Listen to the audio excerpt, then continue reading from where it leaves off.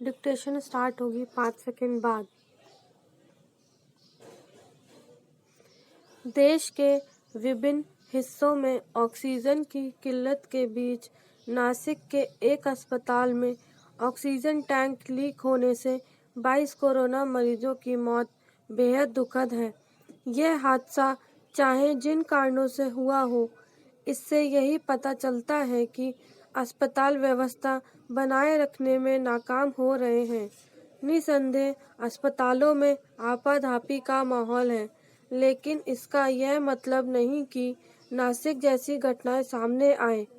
यह भी ठीक नहीं कि कई दिन बीत जाने के बाद भी ना तो ऑक्सीजन की कमी संबंधी शिकायतें दूर होने का नाम ले रही हैं और ना ही कुछ खास दवाओं की अनुपलब्धता का शोर थम रहा है।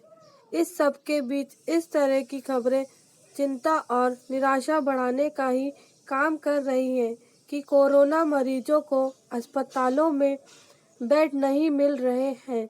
ऐसे मामलों की गिनती करना मुश्किल है जिनमें कोरोना मरीजों को यहाँ वहाँ भटकना पड़ा, कुछ की तो मौत भी हो गई। ऐसे मामले स्वास्थ्य तंत्र की दीन दशा प्रकट करने के साथ ही शासन प्रशासन के अपयश का कारण भी बन रहे और लोगों में घबराहट भी पैदा कर रहे हैं। Para change. बेशक चिकित्सक और स्वास्थ्यकर्मी काम के बोझ तले दबे हैं, लेकिन कम से कम यह तो नहीं ही होना चाहिए कि कोरोना मरीज उनके दर पर आकर उपचार के अभाव में दम तोड़ दें। बात केवल कोरोना मरीजों की ही नहीं है, क्योंकि अन्य गंभीर रोगों से ग्रस्त लोगों की तो अस्पतालों में कोई पूछ परख ही नहीं हो रही है। एक तरह से उनका उपचार करने से ही इनकार किया जा रहा है। यह बुनियादी किंतु ज़रूरी बात समझी जानी चाहिए कि कुछ मरीज अपना उपचार टाल सकते हैं, लेकिन सभी नहीं। स्वास्थ्य तंत्र के समक्ष जो गंभीर संकट आ खड़ा हुआ है, उनके हल के लिए एक सुविचारित रणनीति की अविलंब आवश्यकता है, ताकि अफरा तफरी वाला माहौल शीघ्र खत्म हो। यह रणनीति ऑक्सीजन की आपूर्ति से लेकर अस्पतालों में बेड की उपलब्धता को लेकर बननी चाहिए।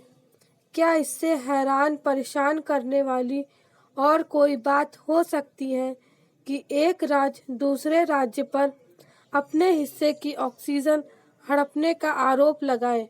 यह समय ऑक्सीजन, दवाओं, बेड आदि की किल्लत के कारणों का पता लगाने का नहीं, बल्कि उनका निवारण करने और चरमराती व्यवस्था को पटरी पर लाने का है।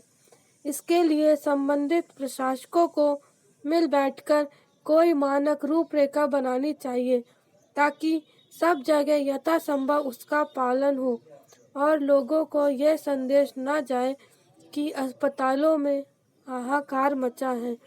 इससे ही जनता को दिलासा मिलेगी और वह संयम का परिचय देगी। संकट के समय संयम का परिचय देना आवश्यक भी है। स्टॉप।